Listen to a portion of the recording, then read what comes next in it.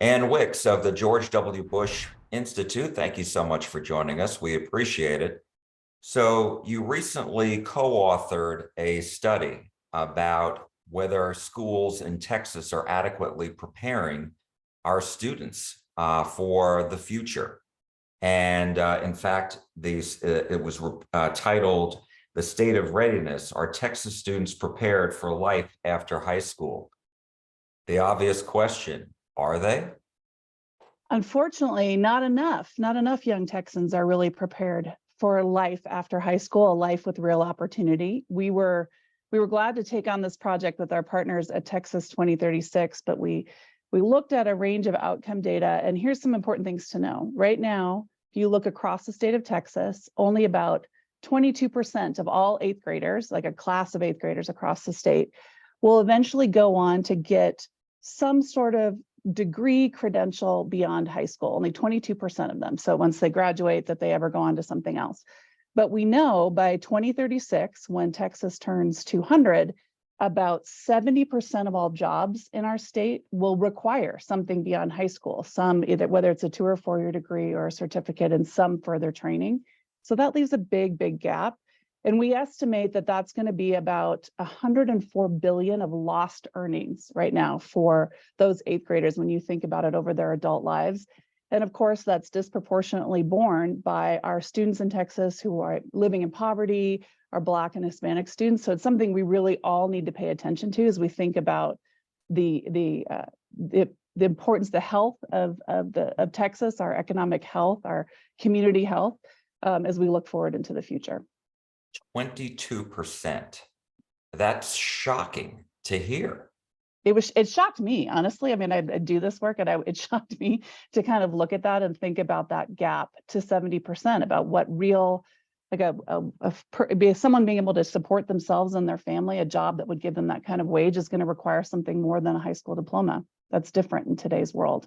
So the big question is, why is this happening? Why are only 22% of students, and that's from the eighth graders, right? Yeah, if you look at a cohort of eighth graders, yep. Okay, so 22% of those cohort of eighth graders actually go on to achieve more than a high school diploma. That's what you're saying.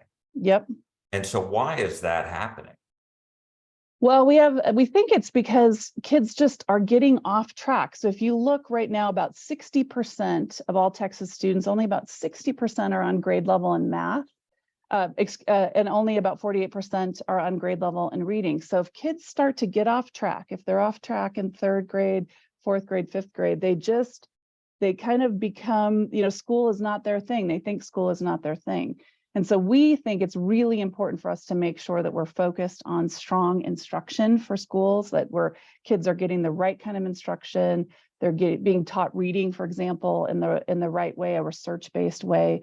That they're getting great instruction and they're getting real opportunity and options to access something beyond high school, if they understand what that looks like. That can show up in our state accountability system. There's something called our college, career, and military readiness. There's a bucket of that in our accountability system. And we want to make sure the things that qualify for that are actually meaningful and prepare someone for college, career, or military readiness. Sometimes we call it a little bit of slop in that bucket. And we want to make sure kids are getting really rigorous options so they're ready for what comes next. And, when you look at the broader picture, everybody seems to be moving to Texas. We have massive job growth, massive population growth. But when I've talked to businesses and even relocation firms who are there to recruit businesses to come to Texas, I always ask, well, why are they coming here? And, besides the cost of doing business being very low, the one thing I always hear from them is that the workforce is here. They like the fact that, especially in the Dallas-Fort Worth area, they like the fact that there are workers here. And so I'm wondering, if that is the case, doesn't that show that Texas is producing people who are, graduate, eighth grade, they graduate high school, and they graduate colleges? You'd think so, right? You'd think so. But here's what's important to note. Those companies are moving here, but a lot of people are moving here right now. So the folks who move into Texas from other states hold bachelor's degrees at 2 times the rate of native Texas. So when you think about that, that means the people who move here are highly educated, ready to work. They might be coming here for jobs. And we have to make sure that we're not leaving behind young Texans, our own native Texas workforce, that they're ready to access that same opportunity. You know, we think about, you referenced, it's kind of the Texas miracle, right? This economic boom that we have. And that's about the conditions, as you indicated, the cost of doing business, but it's also about the human capacity we have here. And it's really important that we stay focused on things like our young Texans being prepared to access that same opportunity that some of the folks who are moving here are able to do. So how does and how should Texas fix this issue? Yeah, we recommend a few things in our report. Number one, we have to stay consistent with our assessment and our accountability system. People don't love talking about that, but we have to measure what matters. We have to know what's real for kids, who's learning, who's on track, and who's not, so that we can intervene with the right kind of policy and resources in our state legislature when they make decisions about what to do. We saw that, for example, in the last legislative session in 2021, we had assessment data that helped us understand which kids had really fallen the farthest behind in COVID. And they were able to pass a couple of bills that immediately directed some more resources for tutoring and access to other things for kids. That's great policymaking if you've got reliable data to show what's really happening for kids. We can't sort of make decisions, as I say, based on averages and anecdotes, because if you do that, it's really easy to sort of say, oh, those kids are just not going to really learn, or they don't need this, when in fact, of course, there's so many children across the state that do.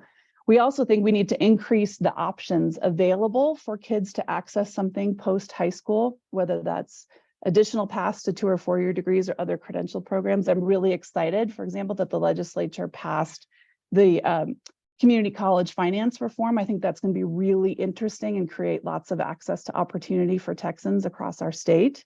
And the third thing is that we have to do what I'd mentioned before, make those college, career, and military readiness options real. Make sure that if a child qualifies for one of those, that it's giving them agency, it's giving them some choices once they leave their high school campus.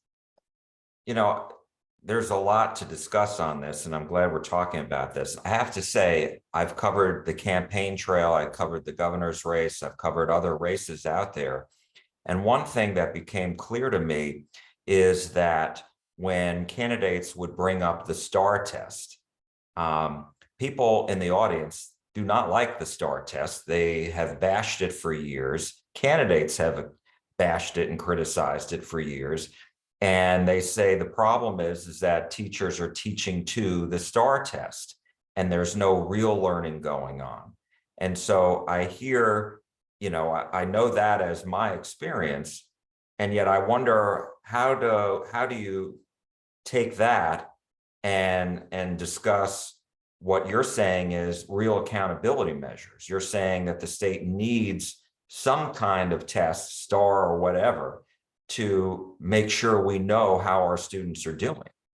Yes, I'm so glad you asked about this. So one, it's a federal law that we actually have a state summative assessment like this, thanks to President George W. Bush when he was in office. That's part of the work that he did. It's federal law. So I always kind of chuckle when I hear a candidate say they're going to get rid of it because they actually can't. But the second thing, when people say, oh, they're teaching to the test, I say great, because the test is based on the Texas standards, the TEKS. You might have heard people talk about the TEKS. Those are designed by Texas educators. What do we think kids should know in these subjects in every grade? So teachers design, say, we think it's important that kids know these things in math in 4th grade. And so the STAR test is then designed to see if those standards have been met. So when a teacher says, I don't want to teach to the test, I'm like, well, why not? It's reflecting the standards that we set, that teachers build across the state, that we think it's important for kids to learn in a grade to understand if we're on track or not. And I think just most people don't understand that. That's a little bit of inside baseball, kind of wonky ed policy, but that's how that's built. And that's why we think it's important. Otherwise, we're saying, well, okay, it doesn't really matter if you didn't get to this part of fractions, or you didn't get this part of your grammar, or this lesson in history.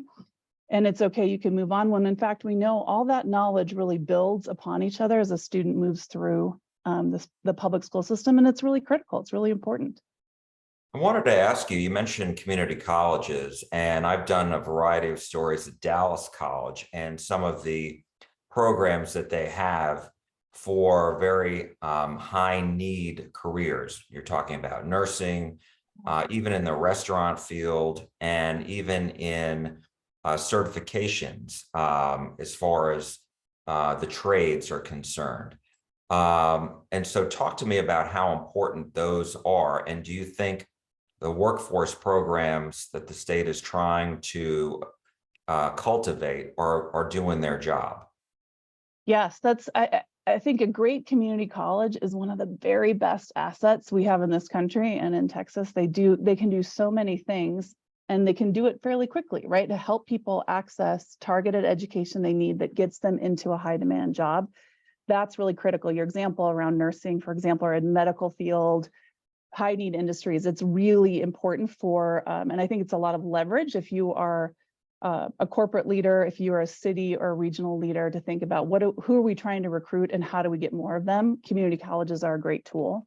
One of the other things that we have in Texas that we're really lucky about is the tri-agency, the Texas Tri-Agency, which is another legislative policy effort that's come over the last several sessions that requires the Texas Education Agency, our K-12 agency, the Higher Ed Coordinating Board, and the Workforce Commission to all work together and share data and come up with some common goals about workforce development here in Texas.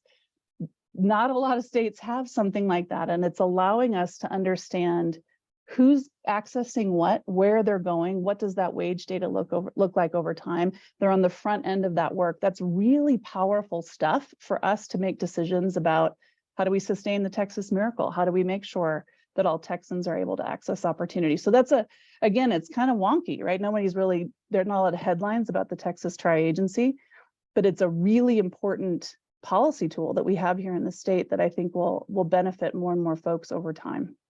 When Amazon was considering Dallas, it was a semifinalist, but when they were considering Dallas, the whole region, as a location for their second corporate headquarters, when they announced that they were not including Dallas, I remember the then mayor, Mike Rawlings, of the city, said that one of the things that they had gotten school districts and local universities to agree upon was operate these and formulate an Amazon Academy, where you are taking elementary school kids and working, and preparing them for the workforce after they graduate, starting at a very young age, and working with, elementary schools, middle schools, high schools, and colleges. And that didn't happen because Amazon didn't come here. But I asked then, well, why not still do it? And there wasn't really the impetus to do it. Well, I think Amazon lost out by not coming here, because I do think that you see a lot of entrepreneurial spirit like that to create new pathways. Sometimes it takes a big hook like that, a big catalyst to coming to town, but I think it's a really interesting idea. And I know we've seen somewhere like in Midland, I know that they've been working on a program that helps them build. They need more early childhood teachers. They need some more preschool early childhood teachers, and they've built a really interesting pathway with their community college system. So you see examples like that all over our state. I think there's some interesting examples around that in the medical field in the Valley, in the Rio Grande Valley. So I think one of the best assets we have in Texas is kind of this entrepreneurial spirit and enough freedom in the policy world to maneuver where things like that could happen. It'd be great to see something like that happen in the Metroplex, that maybe it wouldn't be, specific around some high need fields, but it'd be cool to see it happen. That's for sure. I recently spoke with a former Texas Education Agency Commissioner, Michael Williams, who served under Governor Perry. He's also African-American, and he told me that the state needs to do a better job of teaching and reaching Black and Brown students. What's your reaction to that? He's exactly right. He's exactly right. One of the reasons that when you have a state summative exam like STAR, right? We can disaggregate that data, which means you can separate it by gender, by race, socioeconomic status. And that helps us understand the gaps about who's on track and who's not, who's being well served and who's not in their school settings and their environments. And that's really important. That helps us identify gaps exactly as Commissioner Williams just was describing, that we're not accessing, we're not serving all of our Black and Latino students in the state very well. And that's a real opportunity for growth, I think, in Texas. And if you look at our state demographics, if we don't do that, there's no way our state will sort of continue this economic powerhouse if we're not including everybody who lives in our state in that access to opportunity, which is something we think is really important. And my last question to you is, do parents have to do a better job themselves of getting involved in their kids' education? Well, I don't like to finger wag as parents, since I'm the parent of a public school student, but I do think the important thing to take away is that this is complex work to raise children and get them ready for the next step. We can't just rely on school districts. You can't just rely on parents. It really takes sort of what we call an ecosystem of adults who are invested in the success of our young people. So yes, parents should know how your child is doing on the STAR exam. You should ask your child's teachers what's happening, what they see, to make sure you understand and can access resources. But I think all of us benefit from building up, making sure all of our kids here are prepared for their next steps and can live lives with real opportunity and ability to thrive. Ann Wicks from the George W. Bush Institute, thank you so much for joining us and talking about this important issue. We appreciate it. Thanks, Jack.